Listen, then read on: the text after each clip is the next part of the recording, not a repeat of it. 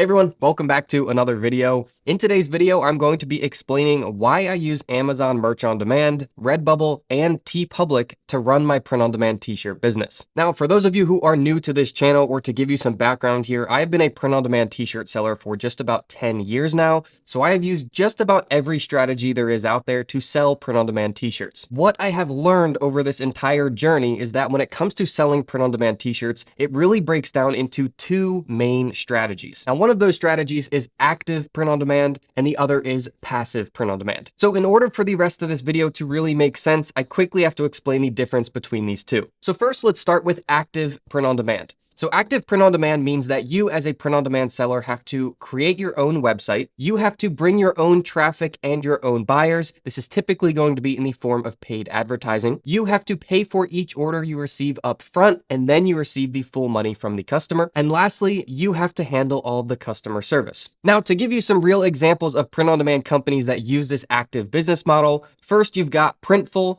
you also have Printify, and then you've got Gelato. These are just some of the biggest names in the print-on-demand industry that use the active business model. So with that being said, what's the difference between active print-on-demand and passive print-on-demand? So when you are using the passive print-on-demand companies, that means that you are creating your own t-shirt designs just like active print-on-demand, but instead of uploading them to your own website, you're uploading them to the print-on-demand website themselves. Now, the big kicker here is that these print-on-demand websites have their own marketplaces, meaning that they're bringing their own traffic and their own buyers. So for you as the seller, you don't have to worry about doing any paid advertising. The next big difference is the customer is paying for the entire order up front. And lastly, the big print-on-demand websites themselves are handling all of the customer service for us. So to give you some real examples of companies that use the passive print-on-demand business model, let's start with Amazon. This is the largest one out there. You know their marketplace because it gets so much traffic. But then you have a couple others. You've got RedBubble. As you can see, this is their marketplace. You've got Teepublic, and you've got Spreadshirt.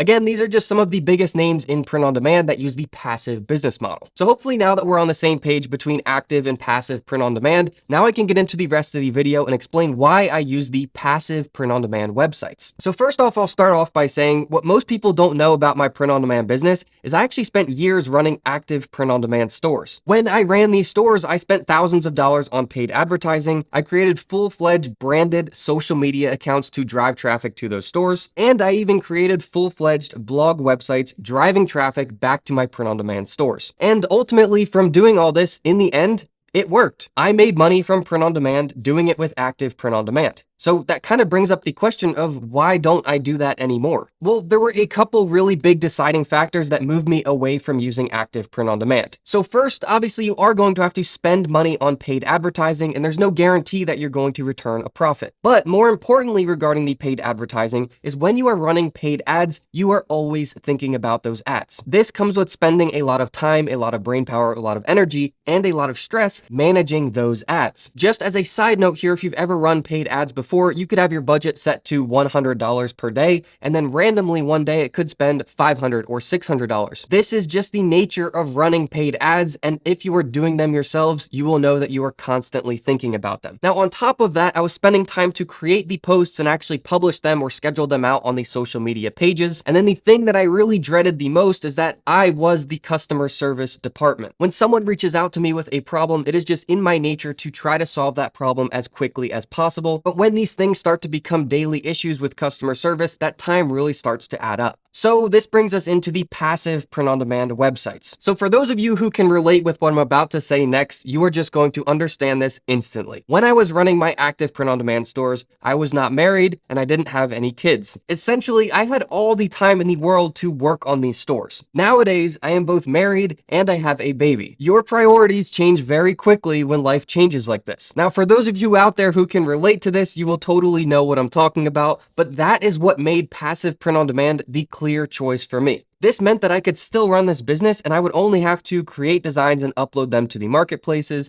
There was no longer paid advertising, spending time worrying about that or managing that. I didn't have to create these social media posts or publish those out anymore, and I didn't have to handle any customer service. Now, understanding the differences between active and passive print on demand meant that you really just have to change your strategy a bit here. Instead of creating 50 or 100 good designs and running paid ads to them, the focus now was just to create as many good designs as possible possible in niches that really aren't saturated yet and get those listed to the big passive print-on-demand marketplaces. The beauty of doing it this way is that it becomes a stress-free business. You really just have to focus on two things. First is finding the gaps in the markets on these print-on-demand websites where not many other people are selling yet, and then two, creating great designs to fill into those gaps. However, both of these tasks can be done on your time. So if you have 20 minutes to work on it here, or if you're on the road or you're on transportation and you just have your phone in your hand, you can do all of these things on the go. And then ultimately, the couple things that not many people talk about that I really like about passive print on demand is that one, nothing ever urgently needs your attention. You don't need to solve any problems or put out any fires right away on the spot where you have to stop what you're doing in life and take care of it. And secondly, you can actually go MIA or have no internet connection for as long as you want because all of the marketing, all of the advertising, the fulfilling, the customer service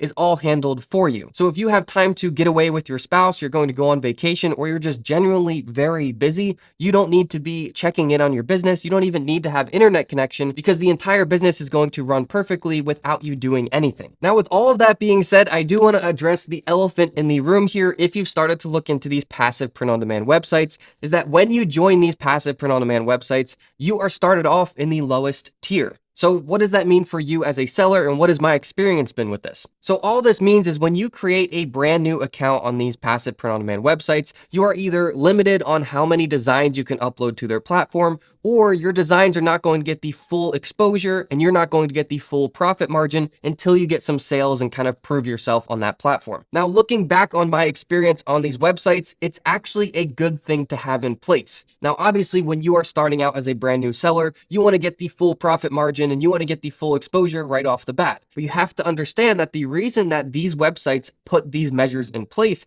is because so many people are coming in trying to cheat the system. They're trying to open up a brand new account and put a bot in place and upload a ton of designs all at once and just kind of spam the marketplace. These websites have put these tier systems in place to prevent this from happening. So if you or me are coming on as a brand new seller and they are seeing that we are a real person following the rules, uploading good designs, they're going to move you out of that tier, and then you're going to be equal with all of the top sellers on the platform. So guys, I could talk about these passive print-on-demand websites and why I like them so much all day long in these videos, and I really don't want to bore you with fluff. If you know anything about my videos, I like to get straight to the point and just give you the helpful information. So I'll leave you in this video with a really good next step. If you want to start passive print on demand and you want to learn my entire process of doing this, finding the low competition gaps, creating good designs, I'll put a link down in the description to a full step-by-step tutorial. It's completely free here on YouTube. So guys, I hope this video has shed some light on why I use these websites compared to the active websites. If you have any questions, just let me know down in the comments. Otherwise, I hope you enjoyed this video and I'll be seeing you guys in the next one.